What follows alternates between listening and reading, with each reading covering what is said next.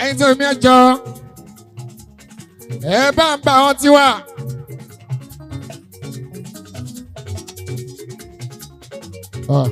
Ọ̀gá wa pàṣẹ.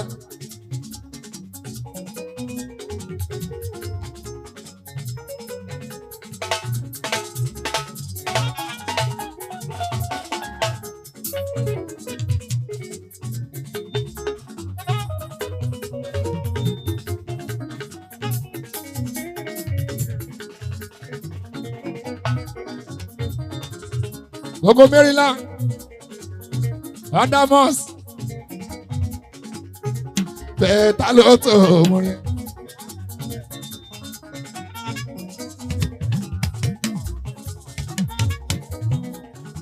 Ẹ̀yin tiwa, mo fẹ́ sọ nǹkan kan bá sóòjì wá, bóyá kẹ́ rìkọ́dù ẹ̀.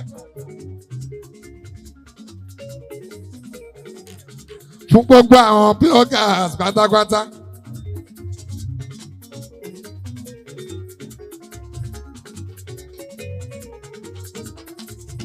Bóyá kẹtẹ síta bàṣọ Òjìwọ́lá kó lè yé gbogbo wa.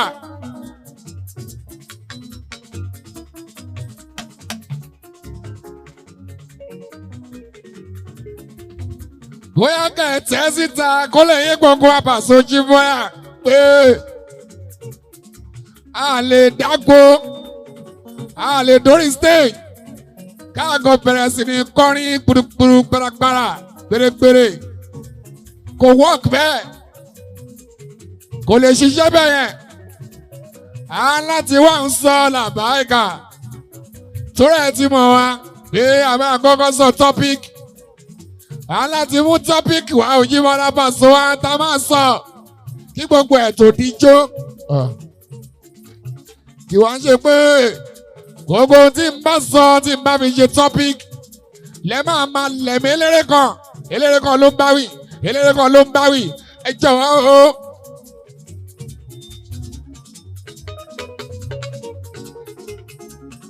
Mo bẹ̀ yín ni o àfi tó bá jẹ́ pé ẹ fẹ́ kí n dágbo kí n kàn dé bẹ̀rẹ̀ kí n kàn bẹ̀rẹ̀ àlùjọ tó bá jẹ́ ẹ lẹ fẹ́ it's okay tó ráyè ní tèmi.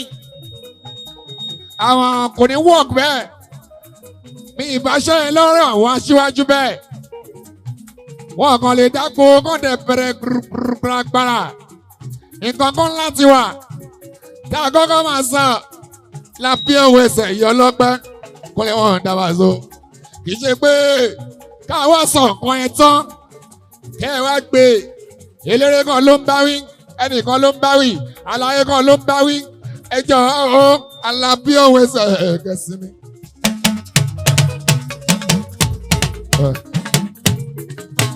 Lọ́wọ́ wọn bẹ ní bọ́ọ̀dì ìjà Òjìwọ́lá. Wọn ò ní issues pẹ̀lú eléré gangan. Mi ò ní issues pẹ̀lú eléré gangan Pasuma Òjìwọ́lá. Èmi àti eléré gangan ò jà bí Fuji singer bóyá Islamic singer. Bóyá hip hop singers, bóyá gospel singers, awúrẹ́bẹ́ dàdàgbọ́dà, any music, high life, afrobeat, gbogbo eléré làbákan Alabi Òjìwọ́lá ẹ jẹun lọ ẹ ṣe fàájì. Wọn ò ní issues pẹ̀lú ẹnì kankan, kí wàá ṣe pé gbogbo tí bá ti sọ lágbo Paso lẹ́ máa lẹ̀mẹ̀ nìkan. Ẹ wà lè pé fọ́tò eléré kan sí Òjìwọ́lá bóun ló ń bá wí o Alabi ẹsẹ̀ ẹ jọ̀wọ́ o ẹ dá ẹ dúró láàbákan Alabi o pátápátá ló bá tán.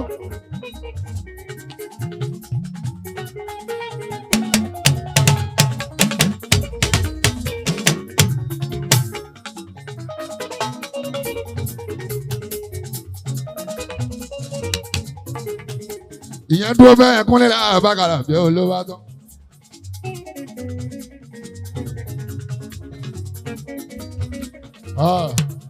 èmi náà rè é Olúwa Pasuma náà rè é Olúwa o àwa náà rè é Olúwa ìjayà náà rè é Olúwa o kọ́lọ́ ń kó ṣàníyàn.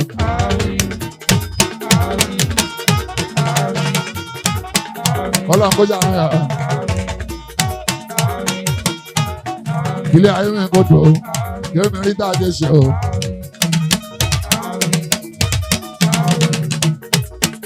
Ọlọ́run kó jà náà ilé ayé mi kò tó yóò mi rí dáadé ṣe o.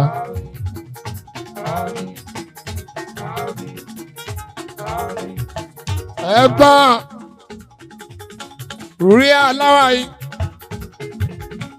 Irinṣẹ́ rí àlà ló làwàlàwà.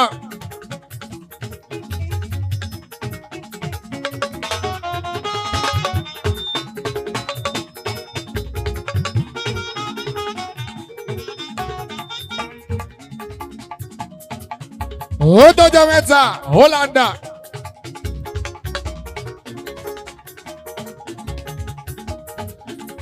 Ó tọ́jọ́ mẹ́ta, Hollanda.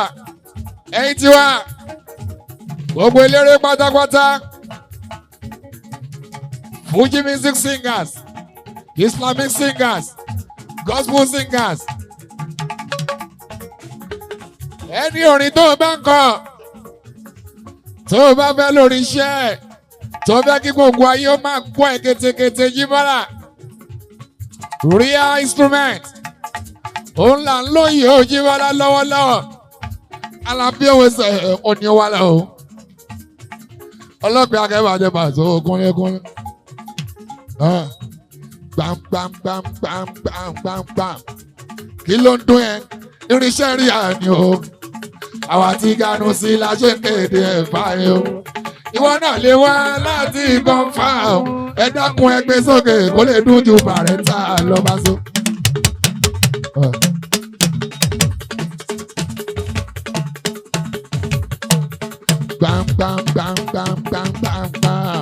Ìlò dún yẹn, irinṣẹ́ rí àní o. Àwa tí ganu sí la ṣe kéde ẹ̀fà o. Ìwọ náà lè wá láti kọ́ńfà o. Ẹ dákun ẹyí sókè kó lè dún ju bàrẹ́tà lọ bá so. Àwọn rí àti ìmúre. Àwọn rí àti ìmúre. Chinedu kọ̀mpútà 1, Ayọ̀lá Bùlé Ẹ̀gbá. Àwọn ọ̀tọ́rìtì àwọn ní sàbẹ̀ olùgbà ìyọ̀ká. Àwọn ní sàbẹ̀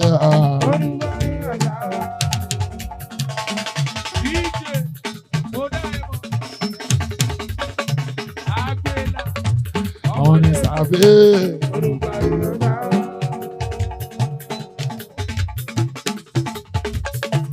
Àwọn ní sàbẹ̀. Abọ́gun Sáídì, ó tún ti dé.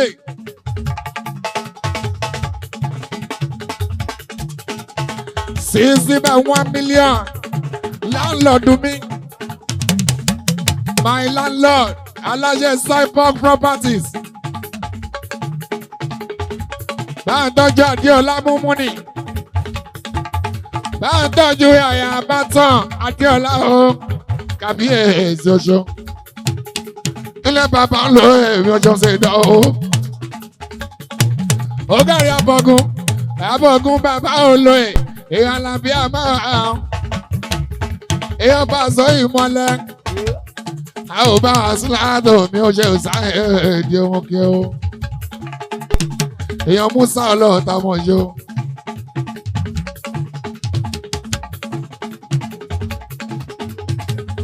Máa gbọ́ Abọ́gun.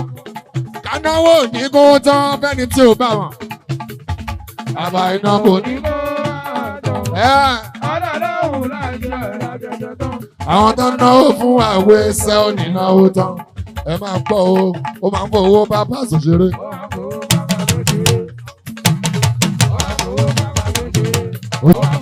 Nígbà bá tún ti pẹ́. Àwọn Musa ọlọ́ta.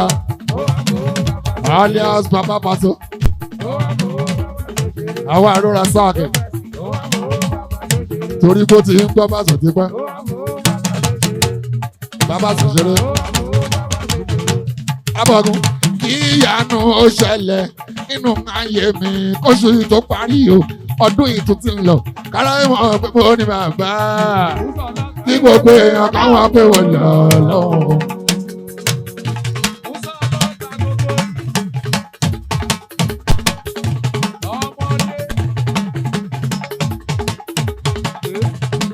Kíyanu ó ṣẹlẹ̀ nínú ayé mi kóṣù yìí tó parí o ọdún yìí tún ti ń lọ kára ìmọ̀ pé mo ní bàbá.